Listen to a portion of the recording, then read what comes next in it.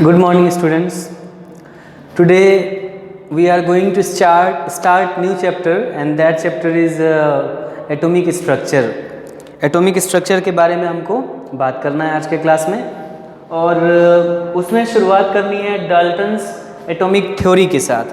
Dalton's atomic theory क्या है, ये किन किन चीज़ों को बताता है, इसके बारे में हमको बात करना है. ठीक है. तो सबसे पहले अगर बात किया जाए डाल्टन्स एटॉमिक थ्योरी क्या क्या बताता है, तो ये बताता है, इसके बहुत सारे पॉइंट्स हैं, उसमें से 6 पॉइंट यहाँ पर हमने लिखा है, इसको देखना है. पहला पॉइंट है, each element is composed bye extremely small particle called atom. जितने भी एलिमेंट्स हैं वो सब किस चीज़ से मिलकर बना हुआ है, एटम से मिलकर बना हुआ है. जैसे हमारे पास छोटा सा आयरन का टुकड़ा है, तो इसमें बहुत सारे छोटे छोटे आयरन के टुकड़े, आयरन के एटम्स जो हैं ये मिले होंगे, तब जाके ये इतना बड़ा स्ट्रक्चर, क्रिस्टल स्ट्रक्चर हमको, लैटिस स्ट्रक्चर हमको मिला होगा. तो पहला पॉइंट है कि each element is composed bye extremely small particles called atoms. इनको क्या कहा जाता है, इनको एटम्स कहा जाता है. उसके बाद है दूसरा point, atoms of a particular element are all alike but differ with the atoms of another elements. जैसे बात कीजिए कैल्शियम का. कैल्शियम का एटम है हमारे पास, मान लीजिए हमारे पास कैल्शियम का एटम है, हमारे पास मान लीजिए ये कैल्शियम का टुकड़ा है इतना बड़ा, तो इसमें कैल्शियम के एटम होंगे. कैल्शियम के एटम है, मान लीजिए ये कैल्शियम के बहुत सारे एटम्स हैं, कैल्शियम के एटम्स हैं. तो कैल्शियम का एटम तो पता ही है आपको, कैल्शियम 2 इलेक्ट्रॉन दे करके Ca2+ देता है, और साथ में कैल्शियम वाटर के साथ H2O के साथ मिल करके क्या देता है, कैल्शियम हाइड्रोक्साइड. क्या देता है, कैल्शियम हाइड्रोक्साइड. ये कैल्शियम का प्रॉपर्टी हो गया. अगर मान लीजिए हमारे पास सोडियम का छोटा सा टुकड़ा है, तो उसमें सोडियम के एटम्स होंगे, और सोडियम के एटम्स होंगे तो आपको पता है सोडियम कितना आयन्स देता है, 1 इलेक्ट्रॉन देके Na+ आयन देता है, और साथ में सोडियम बहुत रिएक्टिव होता है. सोडियम पोटेशियम की तुलना में बहुत ज़्यादा रिएक्टिव होता है. ऑर्डर ऑफ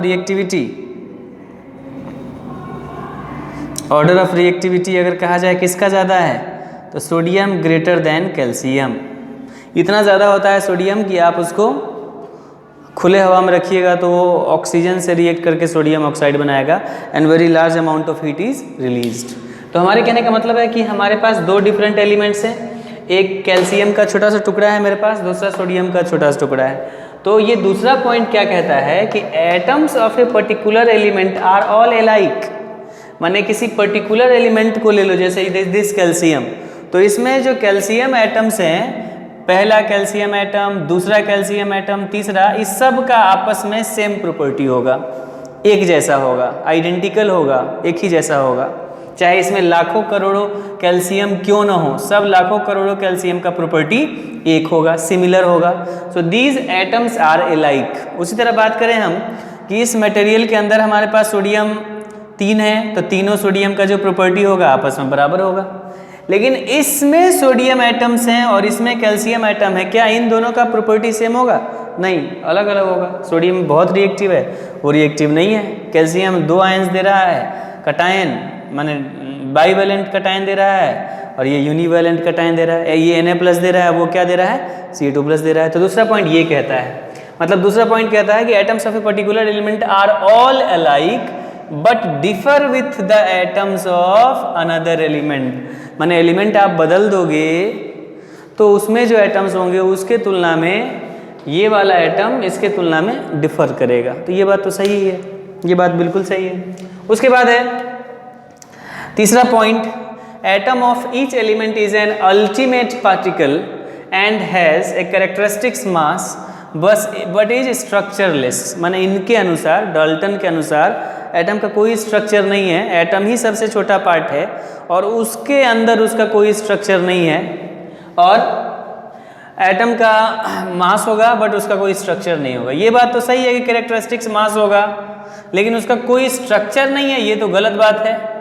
बाद में देखेंगे डिमेरिट मेरिट करके. अभी सिर्फ ये बता रहे हैं हम कि पहला पॉइंट क्या था, पहला पॉइंट था कि कोई भी चीज़ छोटे छोटे एटम से मिलकर बना होता है, छोटे छोटे पार्टिकल्स को हम बोलते हैं एटम। उसके बाद बोले हैं कि अगर कोई एलिमेंट का आपने लिया पीस तो उसमें जितने भी एटम्स होंगे सब उसी एलिमेंट के एटम्स हैं, सो जाहिर सी बात है उनका कैरेक्टर सेम होगा, उनका प्रॉपर्टी सेम होगा। दूसरे एलिमेंट के तुलना, दूसरे एलिमेंट्स में प्रेजेंट जो एटम्स हैं उसके तुलना में पहले एलिमेंट में प्रेजेंट जो एटम्स हैं उनमें डिफर करेगा प्रॉपर्टी में, ठीक है। उसके बाद है कि एटम का कोई स्ट्रक्चर नहीं होता है, तीसरा है। चौथा है atom can not be destroyed और created by simple chemical reaction, माने एटम को हम डिस्ट्रॉय नहीं कर सकते हैं और क्रिएट भी नहीं कर सकते हैं सिंपल केमिकल रिएक्शन के द्वारा। सिंपल केमिकल रिएक्शन के द्वारा हम इसको क्रिएट नहीं कर सकते हैं, ऐसा वो बोल रहे हैं।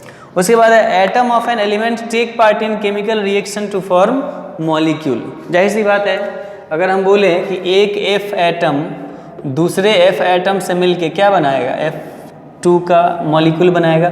सो these atoms are combining together to give what, to give molecule. मतलब ये पॉइंट भी क्लियर हो गया कि atom of an element takes part in chemical reaction to form molecule. उसके बाद क्या है, atoms of different element combine in fixed ratio of, पहला तो समझ लीजिए एटम्स ऑफ डिफरेंट एलिमेंट्स, जैसे मान लीजिए हाइड्रोजन और ऑक्सीजन के एटम्स जो होंगे ये फिक्स्ड रेशियो में कंबाइन करके कंपाउंड का निर्माण करेंगे, क्या बनाएंगे, H2O। तो हाइड्रोजन और ऑक्सीजन के बीच जो रेशियो होगा हाइड्रोजन और ऑक्सीजन एटम का, ये क्या होगा, 1:2 का होगा। माने एक H का एटम और 2 O का एटम, हालांकि 2 O का एटम मिलके क्या बना देगा, O2 बना देगा। तो एक H का एटम और ऑक्सीजन का 2 एटम, मतलब हाइड्रोजन और ऑक्सीजन के बीच रेशियो कितना है, 1:2 का है। तो वही बोल रहे हैं atoms of different elements combined in fix ratio of small whole numbers to form compound. मतलब एटम्स जो होंगे वो फिक्स्ड होल नंबर रेशियो में कंबाइन करके क्या बनाएंगे, कंपाउंड बनाएंगे, जिनको हम क्या बोल रहे हैं, मॉलिक्यूल बोल रहे हैं। बेसिकली ये जो बात है इसको लॉ ऑफ डेफिनिट प्रोपोर्शन के नाम से भी हम जानते हैं। लॉ ऑफ डेफिनिट प्रोपोर्शन, मूल कॉन्सेप्ट में मैंने बताया था लॉ ऑफ डेफिनिट प्रोपोर्शन क्या होता है। ये बेसिकली ये जो स्टेटमेंट है ये यही बता रहा है कि किसी एक मॉलिक्यूल का अगर निर्माण होता है तो उसमें जो एटम्स कंबाइन करके मॉलिक्यूल का निर्माण कर रहे होते हैं वो एटम्स एक डेफिनिट रेशियो में प्रेजेंट होते हैं। जैसे यहाँ अगर कहा जाए हाइड्रोजन और ऑक्सीजन के बीच रेशियो कितना है, 1:2 का। चाहे वो हाइड्रोजन ऑक्सीजन कहीं से आया हो, लेक से आया हो, लेक का पानी उठा लो, आप नदी का पानी उठा लो, महासागर का पानी उठा लो, उसमें H2O के बीच जो हाइड्रोजन और ऑक्सीजन का रेशियो होगा वो 1:2 का ही होगा। So this statement is basically law of definite proportion. तो आई होप ये बात तो समझ में आ गया होगा। अब इसके बाद देखने के बाद अब हमको देखना है इसमें मेरिट्स क्या क्या है और डिमेरिट्स क्या क्या है। मतलब ये जो डाल्टन्स लॉ आपने पढ़ा इसका मेरिट क्या क्या है और डिमेरिट क्या क्या है, ये बात तो समझ में आ गया। इसमें बहुत सारा सही बात भी है, बहुत सारा गलत बात भी, उसी को चेकआउट करना है कि what are merits and demerits of Dalton's atomic law या डाल्टन्स लॉ ऑफ एटम या डाल्टन्स एटॉमिक थ्योरी। इसको मिटा दूं मैं, चलिए। सो अब देखना है मेरिट्स एंड डिमेरिट्स ऑफ, क्या देखना है हमको, देखना है merits and demerits of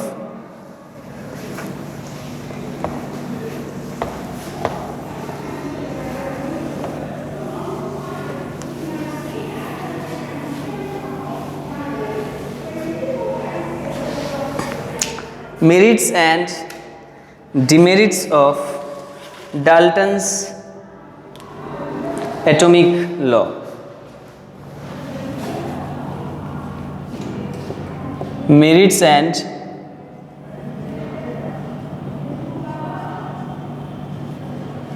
demerits of Dalton atomic theory. Dalton's atomic theory. पहला मेरिट क्या है, पहला मेरिट ये है कि इन्होंने लॉ ऑफ कंजर्वेशन ऑफ मास को बताया। मतलब डाल्टन्स एटॉमिक थ्योरी में जो पॉइंट्स है इसी से निकलकर इनडायरेक्टली जो पॉइंट्स, मतलब ये जो पॉइंट्स हमने बताया अभी जितने पॉइंट्स थे ये पॉइंट से ही निकलकर लॉ ऑफ कंजर्वेशन ऑफ मास आया। तो law of conservation of mass Dalton's atomic theory का ही हिस्सा है। मतलब law of conservation of mass, merits and demerits में सबसे पहले तो आप मेरिट्स देख लो। आपके मन में होगा कि अभी जो बताने जा रहे हैं वो मेरिट्स है या डिमेरिट्स है। तो मेरिट्स जिसको हम एडवांटेज भी बोलते हैं, advantage, law of conservation of mass, law of conservation of mass and law of definite proportion या कांस्टेंट प्रोपोर्शन, जो लिखना है लिख सकते हैं आप, डेफिनिट प्रोपोर्शन। और इन्हीं दोनों बात से इनडायरेक्टली सामने आता है लॉ ऑफ मल्टीपल प्रोपोर्शन। ये सारे लॉ को मैंने पढ़ा दिया हुआ है, इनको देख लेना है जाकर। Multiple proportion, this all are basically from where, this all are from Dalton's atomic theory. माने डाल्टन्स एटॉमिक थ्योरी एक्सप्लेन्स, ये जितना भी चीज है ये सारी चीजें किसके द्वारा एक्सप्लेन्ड है? डाल्टन्स एटॉमिक थ्योरी के द्वारा, explained by Dalton's atomic theory. ठीक है। दूसरा पॉइंट ये है कि atoms participate in chemical reaction, participate in chemical reaction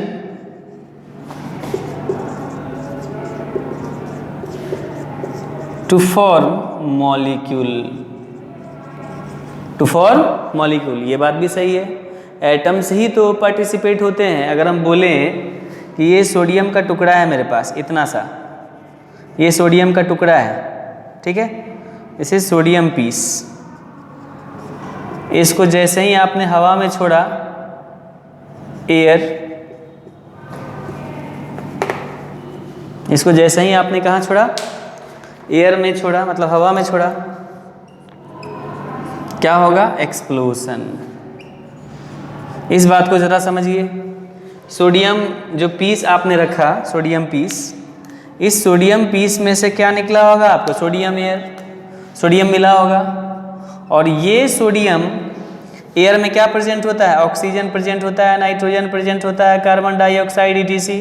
तो इस सोडियम पीस, ये जो आपको दिख रहा है, ये एयर में से ऑक्सीजन के साथ मिल करके और क्या बना दिया होगा? Na2O। क्या बना दिया होगा? Na2O, sodium oxide.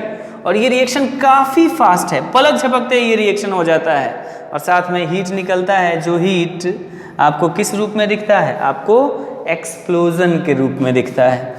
तो ये जो रिएक्शन हुआ, पूरे सोडियम पीस जो है ये जल गया और जल करके सोडियम ऑक्साइड में बदल गया। तो इस रिएक्शन में पार्टिसिपेट कौन किया? पार्टिसिपेट तो इसका एटम ही किया ना। एटम पार्टिसिपेट करके क्या बनाया? Sodium oxide.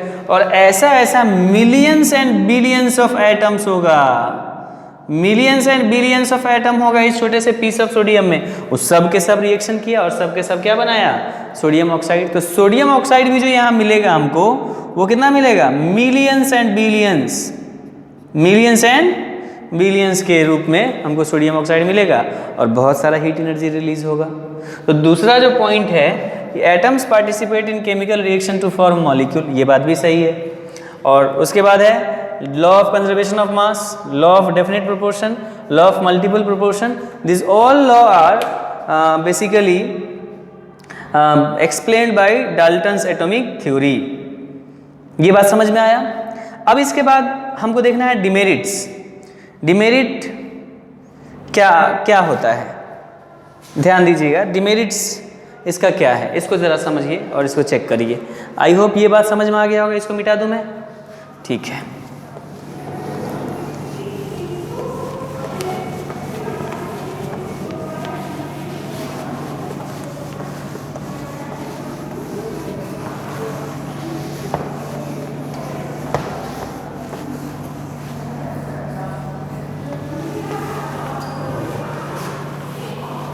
अब उसके बाद है डिमेरिट्स।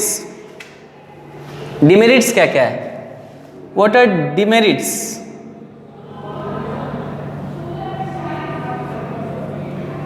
डिसएडवांटेज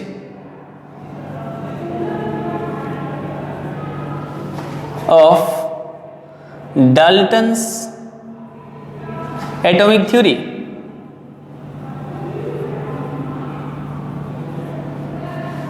डिसएडवांटेज इसका क्या क्या है? What are the disadvantage? Disadvantage में क्या क्या चीज़ देखा जा सकता है? तो पहला बात तो ये है कि इसमें एटॉमिक वेट का कोई बात नहीं होता है। इसके थ्योरी में एटॉमिक वेट का कोई चर्चा नहीं है। No information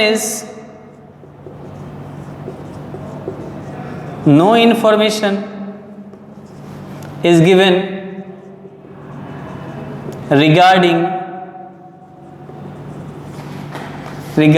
atomic weight. Atomic weight के संबंध में कोई जानकारी यहां पर नहीं मिल पाता है। दूसरा बात क्या है? दूसरा है ये नहीं बता पाता है कि सेम टाइप के एटम आपस में आखिर कंबाइन कैसे कर लेते हैं। जैसे it give no idea, it give no answer to the question that why two same type of atom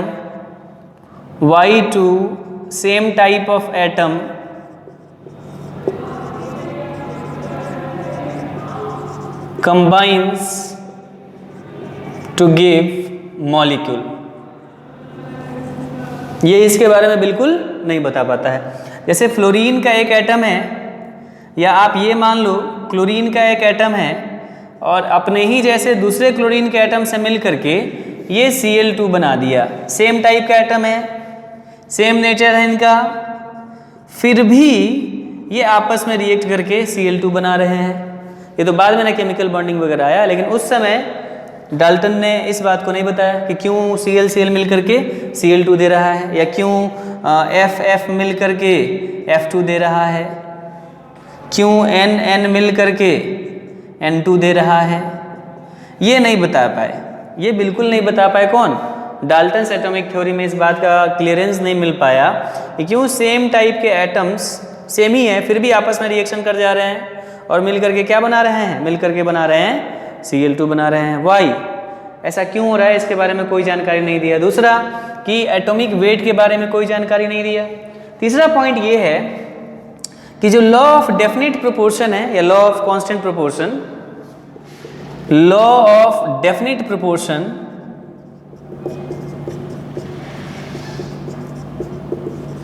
या लॉ ऑफ कांस्टेंट प्रोपोर्शन, ये जो चीज़ आप देख रहे हैं प्रोपोर्शन, ये फेल कर जाता है। कब? जब आइसोटोपिक फॉर्म मिल जाए। मतलब लॉ ऑफ डेफिनेट प्रोपोर्शन या law of constant proportion do not holds good in case of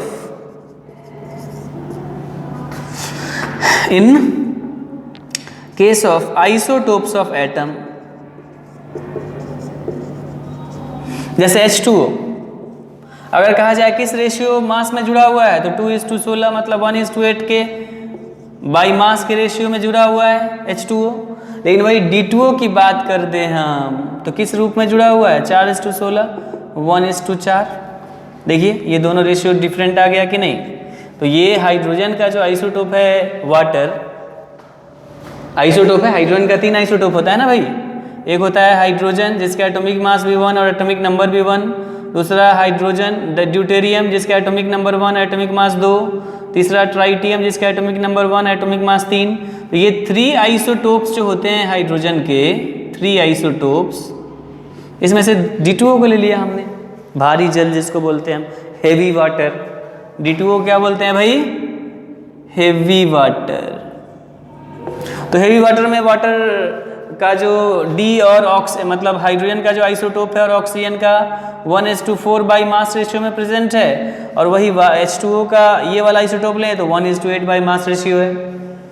बदल गया ना रेशियो, कांस्टेंट तो नहीं रहा, इसलिए ये फेल कर जाता है। Law of definite proportion fails in case of different isotope. तो आई होप कि ये बात आपको बिल्कुल समझ में आ गया होगा। अब उसके बाद जब ये सब ये यहाँ से शुरुआत है एटॉमिक स्ट्रक्चर का बेसिकली, कि डाल्टन्स एटॉमिक लॉ क्या है, एटॉमिक थ्योरी क्या है, उसका मेरिट क्या है, उसका डिमेरिट क्या है, ये बात समझ में आ गया। अब हमको क्या देखना है, तो अब हमको देखना है डिस्कवरी ऑफ इलेक्ट्रॉन, प्रोटॉन और न्यूट्रॉन, ये देखना है। और इसके बाद धीरे धीरे फिर कहानी एटॉमिक स्ट्रक्चर का चलता जाएगा। तो सबसे पहले अभी हमको देखना है डिस्कवरी ऑफ फंडामेंटल पार्टिकल्स, है ना, discovery of fundamental particles, we have to see about that, discovery of fundamental particles. Fundamental particles का जो डिस्कवरी होता है वो किस तरीके से होता है उसको देखना है। फंडामेंटल पार्टिकल्स का जो डिस्कवरी होता है वो किस तरीके से होता है उसको ज़रा हम देखना चाहते हैं। इसको मिटा दूं मैं,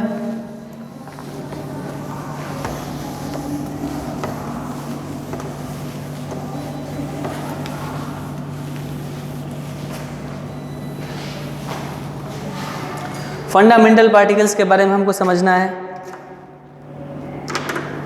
फंडामेंटल पार्टिकल्स, फंडामेंटल पार्टिकल्स में जनरली आएगा हमको फंडामेंटल पार्टिकल्स में जनरली हमको क्या क्या आएगा, एक तो आएगा इलेक्ट्रॉन, दूसरा आएगा प्रोटॉन और तीसरा आएगा न्यूट्रॉन।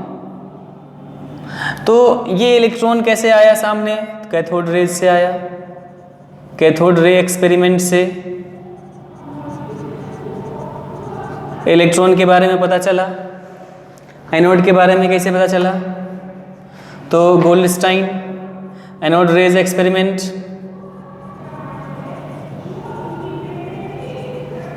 और ये बम्बार्डमेंट ऑफ, किससे पता चला इसके बारे में, तो बम्बार्डमेंट ऑफ हीलियम माने alpha rays on lighter atom. मतलब आपको समझना पड़ेगा यहाँ पर कि जो फंडामेंटल पार्टिकल है हमारा इलेक्ट्रॉन, प्रोटॉन, न्यूट्रॉन, वो कैसे कैसे निकला। तो इलेक्ट्रॉन निकला कैथोड रे एक्सपेरिमेंट से, ये एक्सपेरिमेंट क्या है इसको देखना है। फिर उसी तरह से एनोड रे एक्सपेरिमेंट है, उसी तरह से बम्बार्डमेंट किया गया अल्फा रे का लाइटर एटम पर, तो वहाँ से क्या मिला, इन सब चीज़ों को देखना, वहाँ से न्यूट्रॉन मिला। तो शुरू करते हैं सबसे पहले कैथोड रे एक्सपेरिमेंट के बारे में, ठीक है। What are cathode rays experiment, cathode rays experiment क्या है। अच्छा चलिए, तो इसके बारे में हम देखते हैं। देखिए सबसे पहले तो इसमें करना ये है आपको,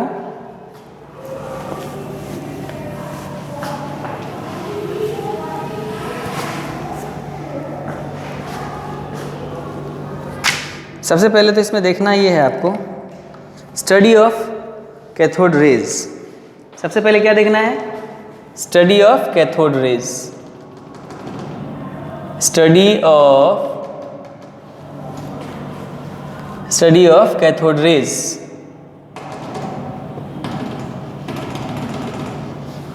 कैथोड रेज का स्टडी किसने किया था, विलियम क्रुक्स ने।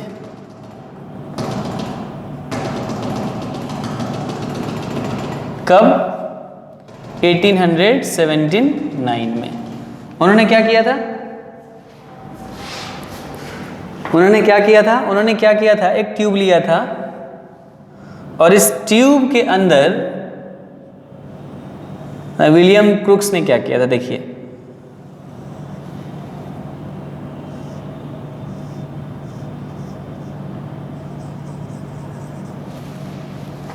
उन्होंने, मतलब विलियम क्रुक्स ने क्या किया था,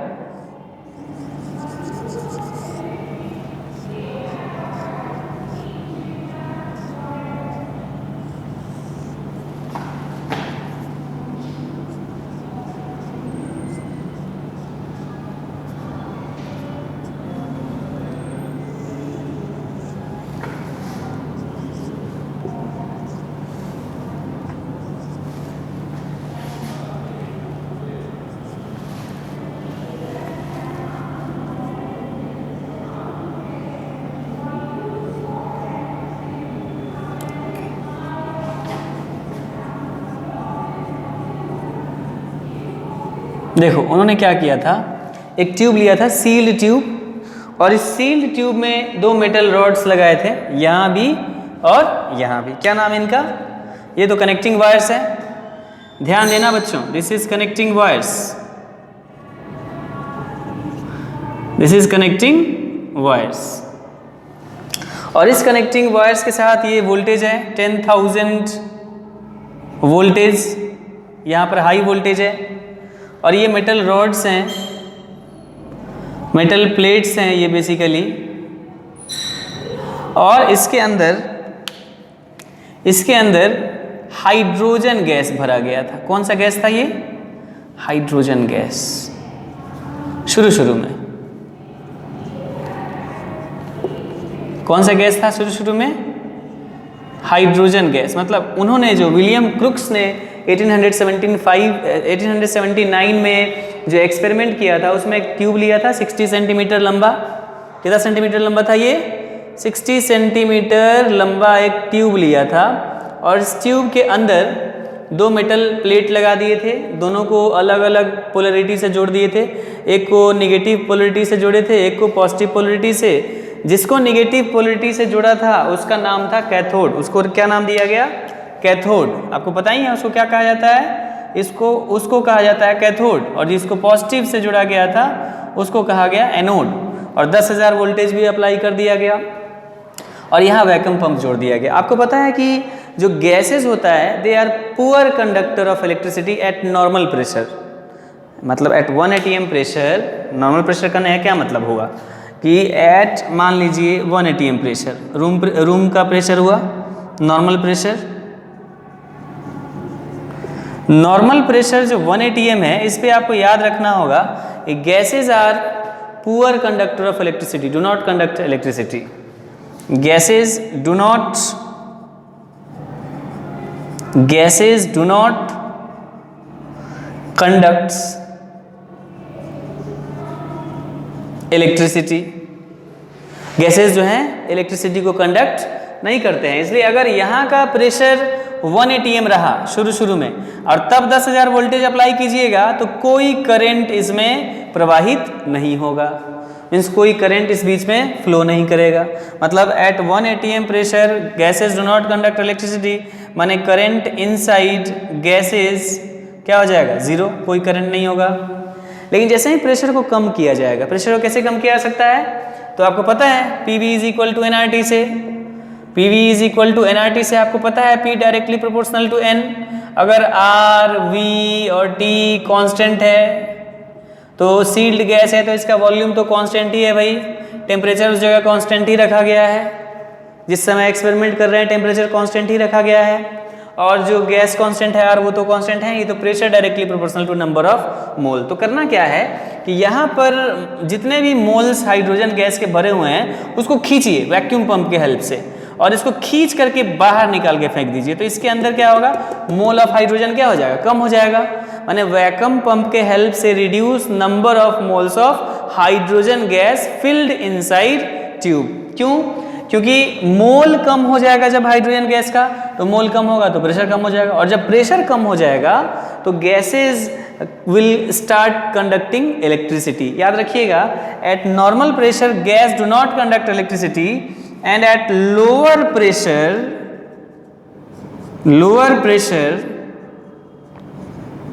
gases are good conductor of electricity। good conductor of electricity, ये दो बातें आपको याद रखनी होंगी कि लोअर प्रेशर जब हो जाएगा तो गैस कंडक्ट कराना शुरू कर देगा करंट को, और जब नॉर्मल प्रेशर रहेगा या हायर प्रेशर तो गैस उसको कंडक्ट नहीं कराएगा। तो करना क्या है कि with the help of vacuum pump reduce the number of moles of hydrogen, number of moles of hydrogen gas filled inside tube, tube के अंदर। ये जो सील्ड ट्यूब है, ग्लास ट्यूब, इसके अंदर जो हाइड्रोजन गैस रखा है उसको क्या किया आपने, सक किया, एक तरह से खींच लिया बाहर। वैक्यूम पंप खींचेगा, ये हमको नहीं करना है। खींचेंगे तो मोल कम होगा, और मोल कम होगा तो प्रेशर कम होगा। कितना pressure? With the help of vacuum pump reduce the number of mole of hydrogen gas filled inside tube, thus pressure inside will decrease.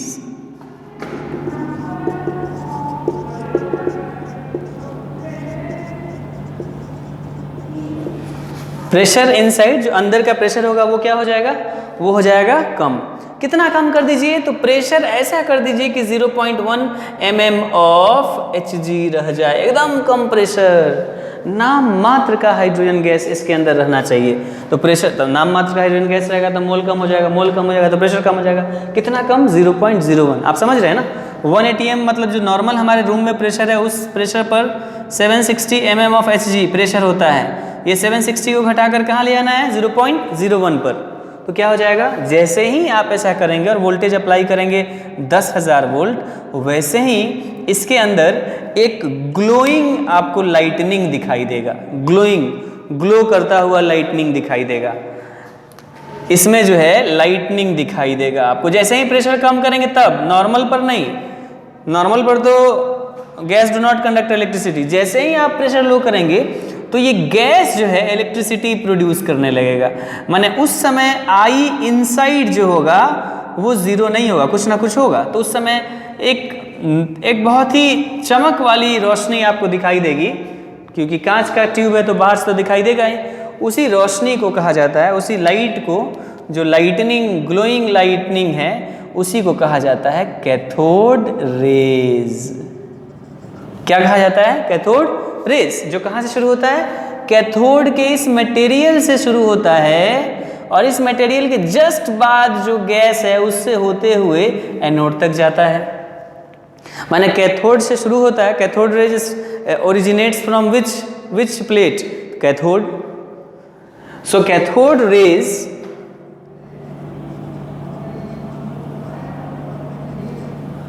Originate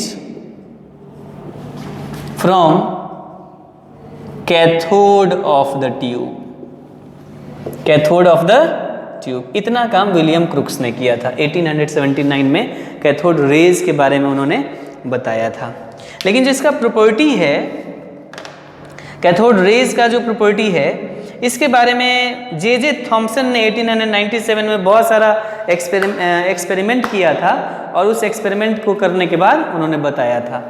ध्यान रखना क्या है कि विलियम क्रुक्स ने यहाँ 1879 में ये सारी चीज़ें की थी और बताई थी कि कैथोड रेज क्या होता है, कैथोड से शुरू होता है। इसका ओरिजिन भी बताएंगे, क्या वजह है कि यहाँ पर अचानक से लाइटनिंग होने लगा, अचानक से ग्लो करता हुआ ब्राइटनेस यहाँ पर दिखा हमको, जिस रेज को हम कैथोड रेज बोल रहे हैं। इसका वजह क्या है, इसका मैकेनिज्म क्या है, ये सब बाद की बातें हैं। मतलब ये हम सिंपल एक एक्सपेरिमेंट बताए हैं, कैथोड रेज एक्सपेरिमेंट, जिसको विलियम क्रुक्स ने 1879 में किया था। और कैसे कैसे किया था, तो प्रेशर लो करके, और जैसे ही 10,000 वोल्ट अप्लाई किया था तो ये गैस के अंदर से भी करंट पास होने लगा था, गैस करंट को कंडक्ट कर दिया था, और उसी समय लाइटनिंग आपको दिखाई दी। इसी लाइटनिंग का नाम है कैथोड रेज। अब इस कैथोड रेज का जो स्टडी है वो किसने किया? जे थॉमसन ने। मतलब इसको मिटा दो मैं, ये सब तो मिटा ही सकता हूं मैं।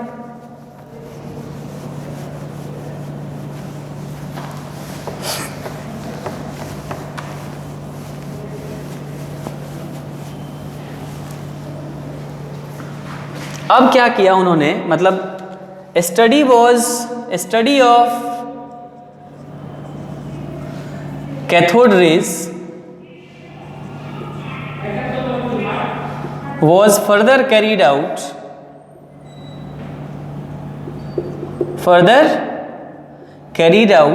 by जे थॉमसन के द्वारा स्टडी को किया गया 1897 में। बहुत सारा स्टडी किया गया। कैथोड रेज तो पता ही है, कैथोड से चलता है, एनोड की तरफ जाता है, और ऐसा कब होता है? जब प्रेशर कम होता है, तब ब्राइट करता हुआ ग्लोइंग अपीयरेंस आपको दिखता है ट्यूब के अंदर, उसी को कहा गया कैथोड रेज।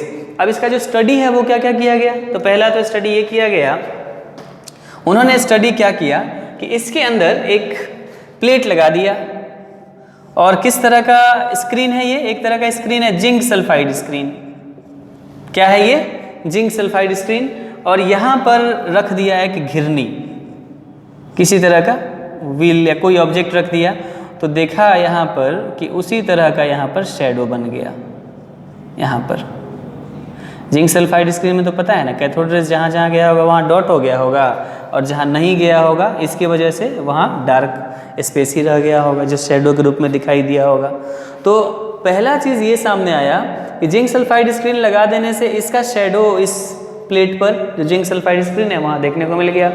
इससे ये पता चलता है कि cathode rays travel in straight line. पहला बात तो ये पता चला। फर्स्ट बात क्या पता चला कि cathode rays travel in straight line. ठीक है, पहला पॉइंट तो ये क्लियर हुआ कि ये स्ट्रेट लाइन में चलते हैं। उसके बाद दूसरा कि अगर यहाँ पर कोई रोटेटेबल फ्लाईव्हील रख दिया गया, मतलब व्हील जो नाच सके, तो देखा गया कि कैथोड रेज के एस्टैब्लिश होने से ये व्हील रोटेट करने लगा। माने ये तभी हो सकता है, जैसे एक व्हील है मान लीजिए, उसको रख दीजिए, हवा का झोंका आया, व्हील नाचने लगा। हवा का झोंका इसलिए नचा पाया क्योंकि हवा के झोंका में मास है, मटेरियल से मिलके बना हुआ है, मटेरियल पार्टिकल ऑक्सीजन O2, उसमें मास है, वो मास पंखी पर टकराया होगा, पंखी को नचाया होगा। तो अगर पहला चीज़ तो यहाँ पर जिंक के सल्फाइड स्क्रीन को लगा करके देखा, दूसरा चीज़ कि यहाँ पर जो है एक रोटेटेबल व्हील को लगा दिया गया, तो देखा गया कि व्हील रोटेट करने लगा। इसका ये मतलब है कि व्हील रोटेट कर रहा है, मतलब कि cathode rays are made up of material particle, जिसमें मास वगैरह ये सारी चीज़ें होंगी। माने cathode rays are made up of material particle. ये सारा चीज स्टडी किया जे थॉमसन ने 1897 में। कैथोड रेज तो पहले से विलियम क्रुक्स बता करके रखे हुए थे 1879 में कि ऐसे ऐसे कैथोड रेज होगा, प्रेशर कम करोगे और 10,000 वोल्ट अप्लाई करोगे तो हाई प्रेशर हाई वोल्टेज पर ये करंट को कंडक्ट करने लगेगा, और करंट जैसे ही कंडक्ट होगा अंदर कैथोड रेज का निर्माण हो जाएगा, जो कैथोड से चल के एनोड की तरफ जाएगा। ये बात तो समझ में आया। उसके बाद स्टडी इन्होंने किया कि cathode rays travel in straight line. Cathode rays are made up of material particles, made up of material particles. ये मटेरियल पार्टिकल से मिलके बना हुआ है। उसके बाद है कि जब आप इसमें इलेक्ट्रिक फील्ड अप्लाई करते हैं, इलेक्ट्रिक फील्ड समझते हैं आप? इलेक्ट्रिक फील्ड कहने का मतलब हुआ कि इलेक्ट्रिक फील्ड समझिए जरा आप सब लोग, बहुत इंपॉर्टेंट बात है ये। इलेक्ट्रिक फील्ड का मतलब हुआ एक मेटल प्लेट लीजिए, यहाँ भी और यहाँ भी, इसको आप बैटरी से जोड़ दीजिए, इसको भी बैटरी से जोड़ दीजिए, इसको बैटरी के नेगेटिव प्लेट से जोड़िए, इसको प्लस प्लेट से, तो इसको प्लस से जोड़ेंगे तो ये भी क्या हो जाएगा? प्लस हो जाएगा। और इसको नेगेटिव से जोड़े हैं तो ये भी क्या हो जाएगा? माइनस। इसको बोलते हैं एक्सटर्नली इलेक्ट्रिक फील्ड अप्लाई करना। ये जो हमने किया है कि बैटरी से दो प्लेट को जोड़ करके रख दिया, इस घटना को क्या बोलते हैं? इसको क्या बोलते हैं हम? इलेक्ट्रिक फील्ड अप्लाई करना।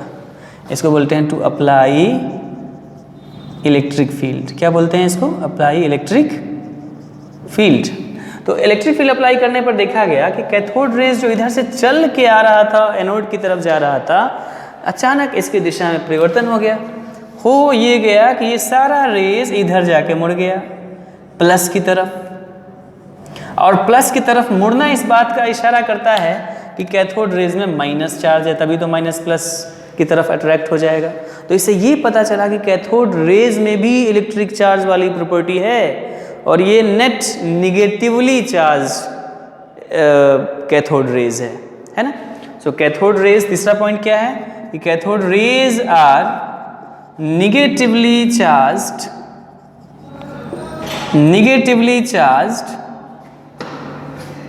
रेज। इनमें निगेटिव चार्ज होता है, मतलब जब इलेक्ट्रिक फील्ड अप्लाई करेंगे हम, when external electric field is applied, then it is observed that cathode rays are deflected towards positive plate, indicating that cathode rays in itself is made from the particles which is negatively charged. या ये कह सकते हैं कि attracting towards positively charged plate, it signifies that cathode rays are negatively charged. तो cathode rays क्या है? Negatively charged है। इसका मतलब अच्छा, दूसरी बात यह है कि कैथोड रेज को अगर किसी मेटल फॉइल पर, अगर आज इसको हटा दो, अब किसी मेटल फॉइल पर कैथोड रेज को आप इंसिडेंट कराओ तो ये मेटल फॉइल क्या हो जाएगा, हीट हो जाएगा। हीट हो जाएगा मतलब कि गर्म हो जाएगा। इसका मतलब cathode rays shows heating effect. Cathode rays shows heating effect when allowed to strike on a metal foil, the metal foil becomes hot. This proves that cathode rays have heating effect. Cathode rays have heating effect. Cathode rays have कौन सा effect भाई, heating effect. Cathode rays have heating effect. उसके बाद क्या है, उसके बाद का पॉइंट है कि अगर आप इनको किसी गैस के थ्रू पास करा देते हैं तो ये उस गैस को आयोनाइज कर देते हैं। जैसे कि हाइड्रोजन गैस के थ्रू आप अगर इसको पास कराइएगा, ये हाइड्रोजन गैस है, इसमें कैथोड रेज पास कराइएगा तो इसको ये हाइड्रोजन को H+ में आयोनाइज कर देगा और साथ में 2 इलेक्ट्रॉन मिल जाएगा। मतलब they have ionising capacity. When passes through gases they have ability to ionise the gases. मैंने पांचवा पॉइंट क्या है, पांचवा पॉइंट है कि cathode rays have tendency to ionise gas, tendency to ionise gas through which it pass, through which it pass. जिस gas के through ये पास करेगा उसको क्या कर देगा, उसको ये कर देगा आयोनाइज। क्या कर देगा, आयोनाइज।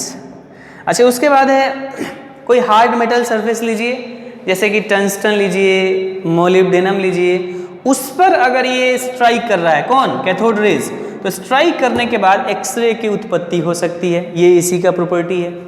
मतलब अगला पॉइंट है 6 number point.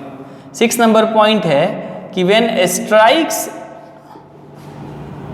On hard metal surface, hard metal surface, cathode rays generates, cathode rays originates X rays. इसका क्या मतलब हुआ कि कोई मान लो टंगस्टन का मेटल सरफेस है, इस पे कैथोड रेज को जब आप इंसिडेंट कराओगे तो यहाँ से क्या निकलेगा, एक्स रेज निकलेगा। क्या निकलेगा, एक्स रेज निकलेगा। एक्सरे को भी ये प्रोड्यूस करता है, लेकिन कब, जब मेटल सरफेस टंगस्टन हो या मोलिब्डेनम हो या उस जैसा कोई ये हो। ठीक है, उसके बाद है उसमें पेनिट्रेटिंग इफेक्ट भी होता है, आर पार भेदने की क्षमता भी होती है। मतलब कैथोड रेज है, 7वां प्रॉपर्टी, कैथोड रेज है पेनिट्रेटिंग पावर, ये आर पार भी कर सकता है। बहुत मोटे को नहीं, बहुत मोटे शीट को नहीं, पतला को ही, बट आर पार कर सकता है। सो कैथोड रेज है पेनिट्रेटिंग पावर। उसके बाद है 8वां पॉइंट कि ये फोटोग्राफिक प्लेट को भी प्रभावित कर सकता है। फोटोग्राफिक प्लेट को भी ये प्रभावित कर सकता है, मतलब उस पर स्पॉटिंग वगैरह ये ला सकता है। तो कैथोड रेज कैन इफेक्ट क्या, फोटोग्राफिक प्लेट, उसको भी ये प्रभावित कर सकता है। उसके बाद है कि अगर आपने जिंक सल्फाइड स्क्रीन को लगाया तो क्या उसको ये प्रभावित कर पाएगा, बिल्कुल। अगर ये जिंक सल्फाइड स्क्रीन पे पड़ता है तो उसको भी प्रभावित करेगा, माने उसको भी स्पॉटिंग वगैरह उसमें ला देगा। जहाँ जहाँ कैथोड रेज जाएगा वहाँ पर स्पॉट हो जाएगा। Means they can, 9th point है, 9th पॉइंट कहाँ लिखो, यहाँ लिखो 9th point, cathode rays can effect zinc sulphide screen. ये सारी स्टडी की थी जे थॉमसन ने 1897 में। एकदम बातें क्लियर रखनी है। कैथोड रेज के बारे में पहले एक्सपेरिमेंट विलियम क्रूक्स ने किया, बाद में जे थॉमसन ने उन कैथोड रेज के प्रॉपर्टी के बारे में पढ़ाई किया। और प्रॉपर्टीज़ में इन्होंने नहीं कुछ बताया था प्रॉपर्टीज़ में, बट इन्होंने बहुत सारी चीज़ें प्रॉपर्टीज़ में बताई। अब सवाल होता है कि कैथोड रेज इतना सारा, मतलब कि इतना सारा स्टडी करने के बाद कंक्लूजन क्या निकला, मतलब जे थॉमसन ने क्या कंक्लूजन निकाला। कैथोड रेज जो विलियम क्रुक्स ने पढ़ा था, जिसको बताया था उन्होंने सबसे पहले, ये इतना सारा उनके बारे में स्टडी किया जे थॉमसन ने, और ये सब प्रॉपर्टी बताई कि कैथोड रेज में इतने सारे गुण होते हैं, तो इनसे हम क्या कंक्लूड कर सकते हैं, क्या निष्कर्ष निकाल सकते हैं, इसको देखना है। मतलब conclusions from the above observation. इस कंक्लूजन मतलब इतने सारे ऑब्जर्वेशन से हम क्या कंक्लूड कर सकते हैं, इतने सारे जो स्टडी किया हमने, मतलब जे थॉमसन ने किया, उससे क्या उन्होंने निष्कर्ष निकाला। तो उन्होंने निष्कर्ष दो चीज़ का निकाला। पहला चीज़ क्या कि कैथोड रेज मटेरियल पार्टिकल से मिलके बना हुआ है। मटेरियल पार्टिकल जिसमें अपना मास हो, वॉल्यूम हो, सब चीज़ हो। तो cathode raise from above observation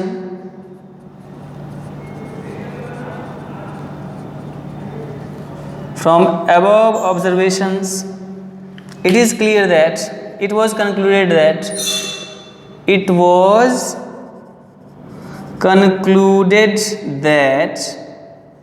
पहला, cathode rays are made up of material particle. Cathode rays are made up of कौन पार्टिकल? Material particle. और दूसरा कि cathode rays negatively charge particle होता है। दूसरा क्या होता है? Cathode rays are negatively charged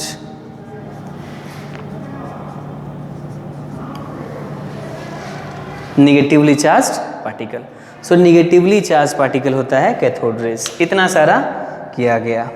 अब उसके बाद आता है डेफिनेशन ऑफ इलेक्ट्रॉन। इलेक्ट्रॉन किसको कहेंगे हम, और ये मैकेनिज्म कैसे है, कैसे कैथोड रेज यहाँ से निकला, उसके बारे में हमको अब बात करना है। आई होप ये सारी चीज़ें समझ में आ गई। विलियम क्रुक्स ने पहले एक्सपेरिमेंट किया, जे थॉमसन ने स्टडी किया, उसके प्रॉपर्टी को बताया, और उस प्रॉपर्टी के आधार पर हम ये दो चीज़ें याद रख सकते हैं कि कैथोड रेज जो हैं ये मटेरियल पार्टिकल से मिलके बना हुआ है, और material particle negatively charged cathode rays होगा। ठीक है, ये बात समझ में आया। अब हमको देखना है क्या, तो देखना है ये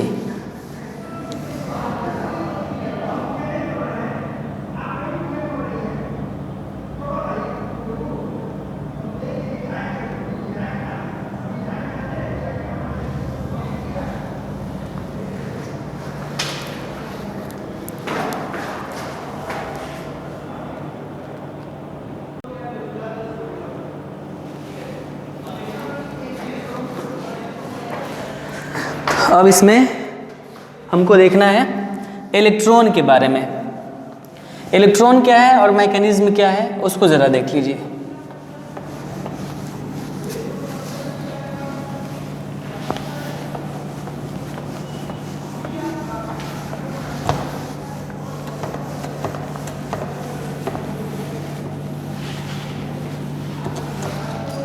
मैकेनिज्म क्या है कैथोड रेज बनने का। मैकेनिज्म फॉर कैथोड रेज, देखिए यहाँ पर जैसा कि आपने देखा कि एक ट्यूब लिया था विलियम क्रुक्स ने, और इस ट्यूब में क्या किया था, दो मेटल प्लेट्स लगाए थे और दोनों को कुछ कुछ नाम दिया था। मान लीजिए इसको जोड़ दिया था 10,000 वोल्टेज से। कितना से जोड़ा था?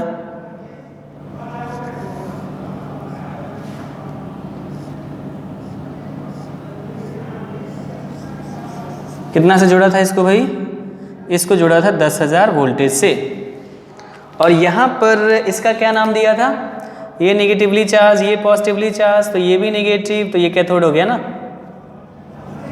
और ये क्या हो गया? एनोड हो गया। और ये कनेक्टिंग वायर्स हो गया। इतना बात तो पहले भी देखा था आपने। अब क्या है यहाँ पर कि जैसे ही, अच्छा प्रेशर यहाँ पर लो था कि हाई था?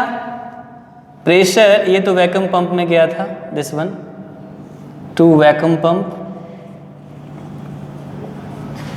Vacuum pump. इसमें क्या था? प्रेशर कितना रखा गया था? प्रेशर बहुत कम 0.01 mm ऑफ Hg, और इसमें क्या थे? डिफरेंट बहुत कम मॉलिक्यूल्स ऑफ हाइड्रोजन गैस, और इसी में अंदर बना था हमारा कैथोड रेज। क्या बना था? Cathode rays. ये कैथोड रेज बना था हमारा। हुआ ये होगा बेसिकली, देखिए gases at low temperature, low pressure, कितना प्रेशर कम है भाई? बहुत कम है, 0.01 mm ऑफ Hg यहां पर लिया गया है। तो gases at low pressure are good conductor of electricity, या कंडक्ट्स इलेक्ट्रिसिटी, कंडक्ट्स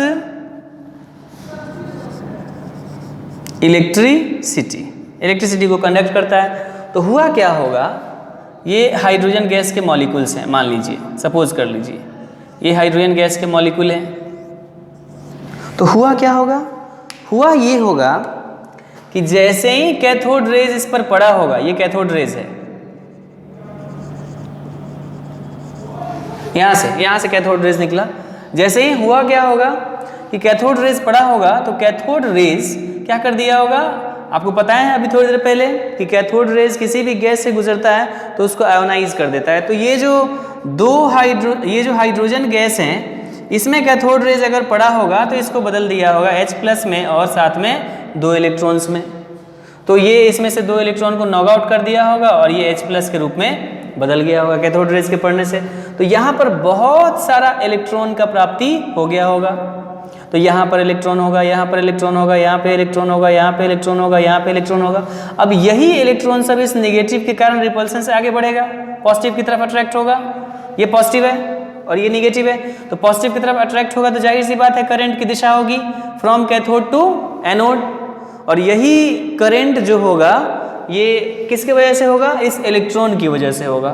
तो अगर हम कहें कि कैथोड रेज बेसिकली है क्या, तो कुछ नहीं है, इलेक्ट्रॉन से मिलके बना हुआ माना जा सकता है कैथोड रेज को। बिकॉज है तो बेसिकली वही कि जो इलेक्ट्रॉन आयोनाइजेशन के बाद निकला है बाहर, वही करंट के रूप में है, उसी से करंट बन रहा है।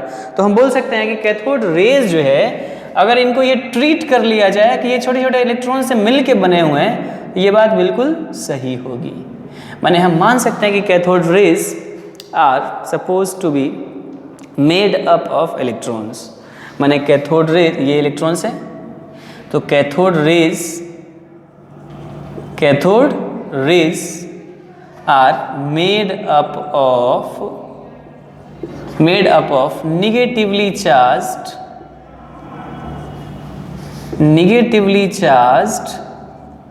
electrons। तो कहा जाए कि इलेक्ट्रॉन की परिभाषा दीजिए, तो इसी से उल्टा समझ के लिख दो। इलेक्ट्रॉन वो पार्टिकल है जिससे मिलके कैथोड रेज बना है, ये हम बोल सकते हैं। अब हम ये बोल सकते हैं कि इलेक्ट्रॉन वो पार्टिकल है जिससे मिलकर क्या बना है? कैथोड रेज बना है। माने these are the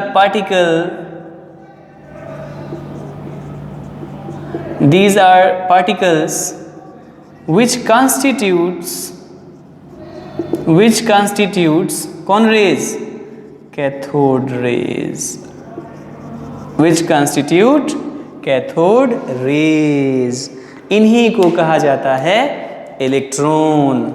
अब इस इलेक्ट्रॉन का E/m रेशियो क्या है? इस इलेक्ट्रॉन का मास क्या है? इस इलेक्ट्रॉन का और भी सारा प्रॉपर्टी क्या है? मॉडर्न डेफिनेशन क्या है इलेक्ट्रॉन का? इन सारी चीज़ों के बारे में भी हमको बात करना है। तो ये बात तो समझ में आ गया होगा कि कैथोड रेज हुआ क्या कि इसके अंदर जो गैस था उसी को कैथोड रेज क्या कर दिया होगा, यहाँ से आयोनाइज करना शुरू कर दिया होगा, इलेक्ट्रॉन निकलने लगा होगा, और इलेक्ट्रॉन निकलेगा तो करंट तो बनना ही है। तो इसीलिए लो प्रेशर पर भी करंट हो जाएगा, क्योंकि कैथोड रेज बनेगा और कैथोड रेज ही आयोनाइज करेगा, और आयोनाइज करेगा तो क्या मिलेगा? इलेक्ट्रॉन्स मिलेगा। तो हम बोल सकते हैं कि कैथोड रेज इलेक्ट्रॉन से मिलकर बना हुआ रे है। या इलेक्ट्रॉन को परिभाषित कर सकते हैं कि इलेक्ट्रॉन क्या है, तो ये वो है जिससे मिलकर कैथोड रेज बना है। ये बात समझ में आया? अब हमको देखना है properties of E/m ratio, E/m ratio of electron या cathode rays, E/m ratio of cathode rays. E/m ratio of cathode rays, E/m ratio of cathode rays. E/m ratio का क्या मतलब होता है बच्चों? E इलेक्ट्रिक चार्ज होता है और m मास होता है। सो बेसिकली E/m का मतलब हुआ charge of electron by mass of electron. इसका जो रेशियो होता है ये कैथोड रेज के लिए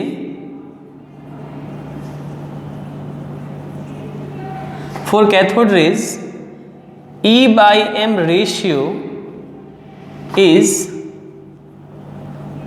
always equal to 1.78 into 10 to the power 8 coulomb per gram। 1.76 into 10 to the power 8 coulomb per gram। ये कूलॉम्ब है, C से कूलॉम्ब है। सो ये ऑलवेज का क्या मतलब है यहाँ, इसको जरा समझना। ऑलवेज का मतलब हुआ कि एक बार मान लीजिए आपने इसके अंदर हाइड्रोजन गैस भरा और हाइड्रोजन गैस भरने के बाद E/m रेशियो चेक किया, तो E/m रेशियो ये आ गया 1.76 into 10 to the power 8 coulomb per gram. C/g क्या है भाई? C/g है कूलॉम्ब पर ग्राम, ये याद रखना है आपको। सो एक बार E/m रेशियो कितना आया? 1.76 into 10 to the power 8 coulomb per gram जब हाइड्रोजन गैस रखा तब। अब कोई और गैस भरिए जैसे हीलियम गैस, तभी भी आप देखेंगे कि E/m रेशियो कितना आएगा? 1.76 इंटू 10 टू दी पावर 8 ही आएगा। माने E/m रेशियो कैथोड रेज का किसी भी गैस के नेचर पर डिपेंड नहीं करेगा, ये सबसे इंडिपेंडेंट होगा, है ना। मतलब यहाँ नोट करके रखने वाला बात है। ये कई बार कॉम्पिटिशन में पूछा जाता है कि the E/m value of cathode rays जो कितना है 1.76 into 10 to the power 8 coulomb per gram is independent of nature of gas taken, of nature of gas taken in the discharge tube।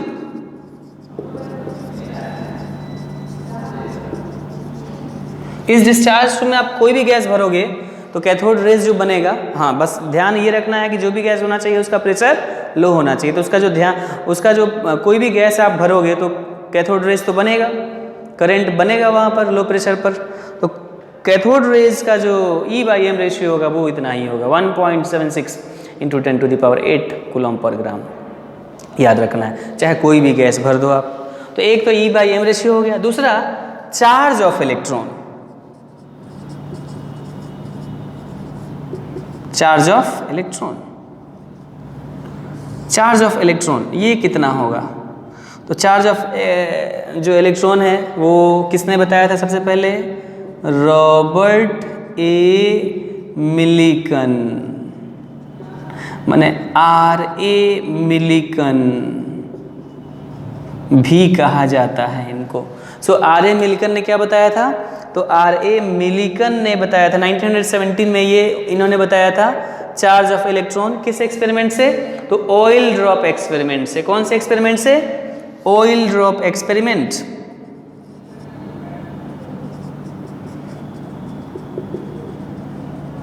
Oil drop experiment से actually में oil लिया था, उस oil को atomiser के हेल्प से छोटा छोटा ड्रॉपलेट्स करके नीचे गिराया था, इलेक्ट्रिक फील्ड अप्लाई किया था, मैग्नेटिक फील्ड अप्लाई किया था और एक माइक्रोस्कोप से फिर उसको विजुलाइज किया था। ये उसमें अपरेटस लगे थे, इसके हेल्प से मैंने ऑयल ड्रॉप एक्सपेरिमेंट करने के बाद उन्होंने चार्ज जो इलेक्ट्रॉन का लाया था वो खोज कर लाया था 1.602 into 10 to the power -19 coulomb, या इसी को 4.8 into 10 to the power -10 ESU electrostatic unit के नाम से भी जानते हैं। 4.8 into 10 to the power -10 ESU इतना कूलॉम्ब के बराबर होता है।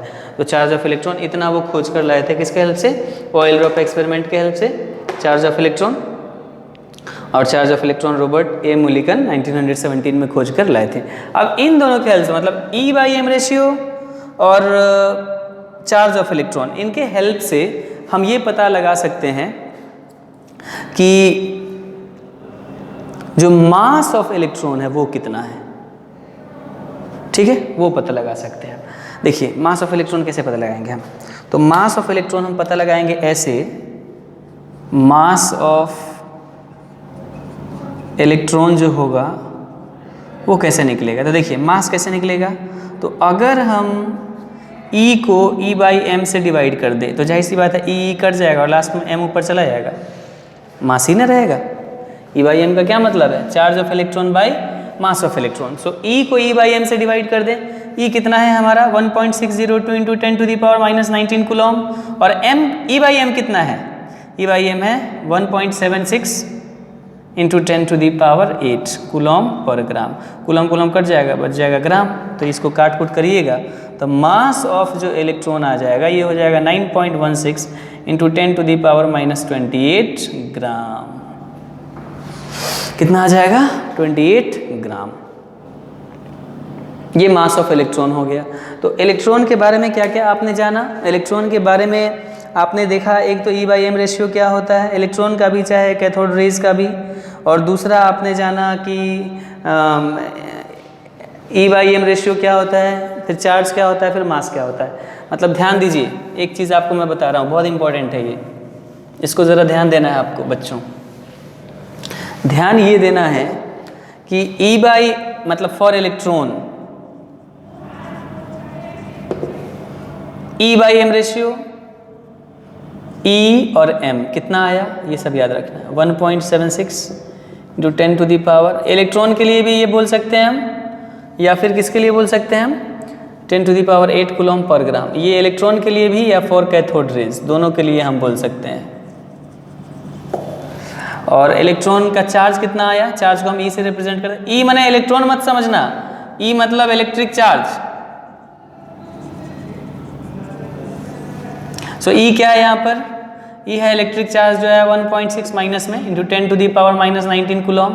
m आया मास जो है 9.10 इंटू 10⁻⁻28 ग्राम, या इसको kg में बदलोगे तो 9.10 इंटू 10⁻⁻31 kg, ये हुआ मास।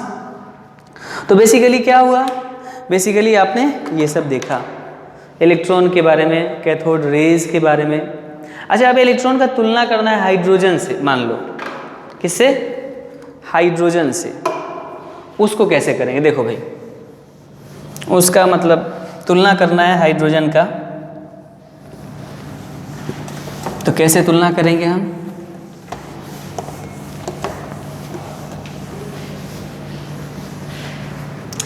तुलना ऐसे करेंगे हम कि हम जानते हैं मास ऑफ इलेक्ट्रॉन कितना आया 9.10 इंटू 10⁻⁻28 ग्राम, और mass of hydrogen, one hydrogen, mass of one hydrogen कितना होगा, कैसे पता चलेगा, तो हम जानते हैं कि हाइड्रोजन का मास होता है 1 ग्राम। तो 1 मोल हाइड्रोजन एटम का मास हुआ 1 ग्राम, माने मास of 1 mole hydrogen, mass of 1 mole of hydrogen atom कितना 1.008 ग्राम, एग्जैक्ट ले रहे हैं मान लो 1.008 ग्राम मान ले रहे हैं। तो 1 मोल में कितने हाइड्रोजन एटम होंगे, 6.022 इंटू 10⁻23 हाइड्रोजन एटम का मास कितना है 1.008 ग्राम। तो मास ऑफ 1 हाइड्रोजन एटम अगर ये कहा जाए कितना होगा, तो डिवाइड कर दो, इतने का इतना है तो 1 का हो जाएगा 1.008 बाई 6.022 इंटू 10⁻23 ग्राम, जो कट के आएगा 1.66 इंटू 10⁻⁻24 ग्राम, 1.66 इंटू 10⁻⁻24 ग्राम एक हाइड्रोजन का mass. This is mass of 1 hydrogen atom, remember mass of 1 hydrogen atom.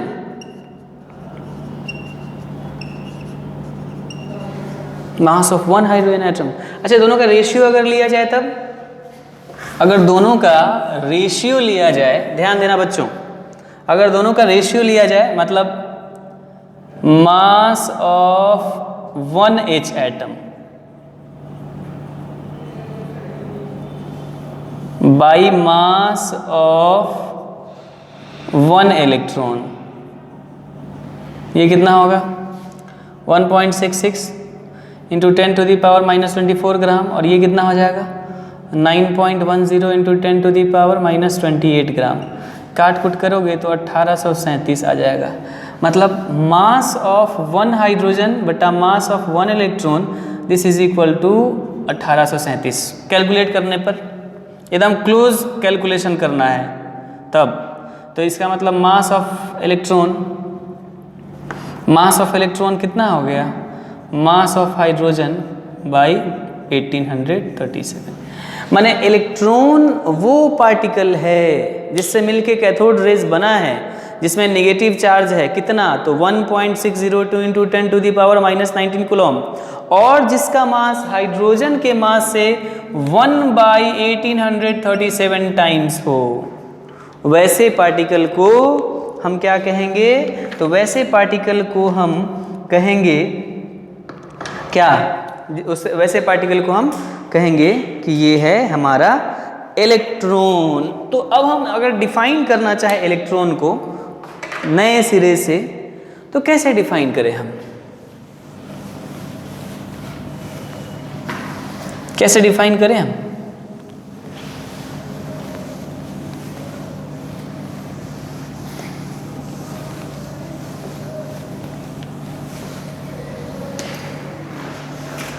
देखिए, डिफाइन करने के लिए सबसे पहले आप ये समझ लो कि जो इलेक्ट्रिक चार्ज होता है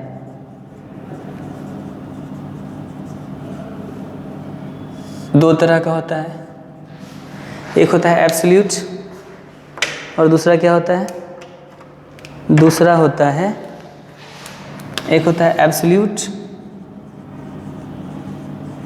और दूसरा होता है रिलेटिव।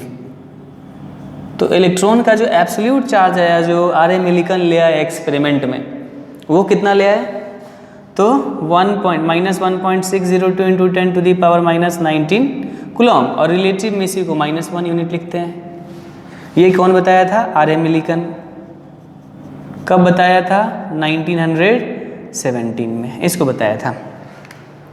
तो अब ध्यान देना बच्चों, अब क्या है कि इलेक्ट्रॉन को तो हम बोल सकते हैं ना, इसमें 1 यूनिट ऑफ नेगेटिव चार्ज है, 1 यूनिट ऑफ नेगेटिव चार्ज है।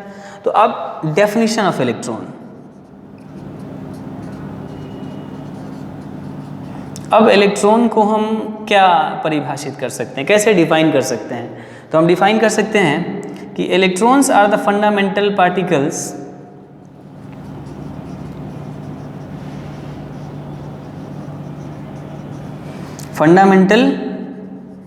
पार्टिकल्स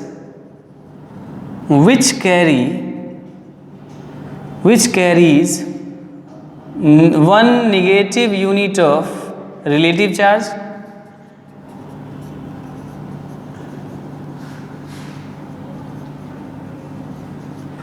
and have mass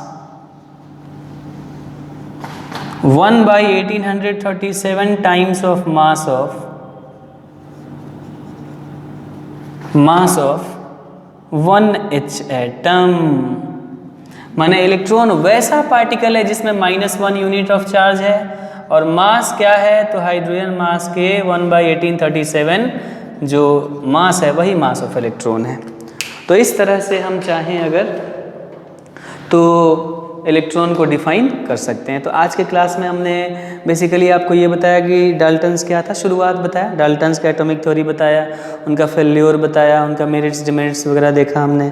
फिर उसके बाद देखा विलियम क्रुक्स ने कैसे कैथोड रेज को बनाया, फिर जे थॉम्सन में जे थॉम्सन ने उसमें क्या क्या काम किया, फिर इलेक्ट्रॉन के बारे में जे थॉम्सन ने ही बताया, उसके प्रॉपर्टीज़ को पढ़ करके फिर कंक्लूजन निकाला, E/M रेशियो वगैरह निकाला, फिर चार्ज निकाला, आपको R.A. मिलिकन ने, ये सारी चीज़ें हो गई। अब इसके बाद हमको देखना है डिस्कवरी ऑफ प्रोटॉन और डिस्कवरी ऑफ न्यूट्रॉन। अगले वीडियो लेक्चर में कोशिश करेंगे इन दोनों को संभाल दें, ख़त्म कर दें, और फिर आगे बढ़ेंगे नेक्स्ट टॉपिक की ओर। तब तक के लिए bye bye, take care. and revise all the topics which I have taught in this video. Okay, bye.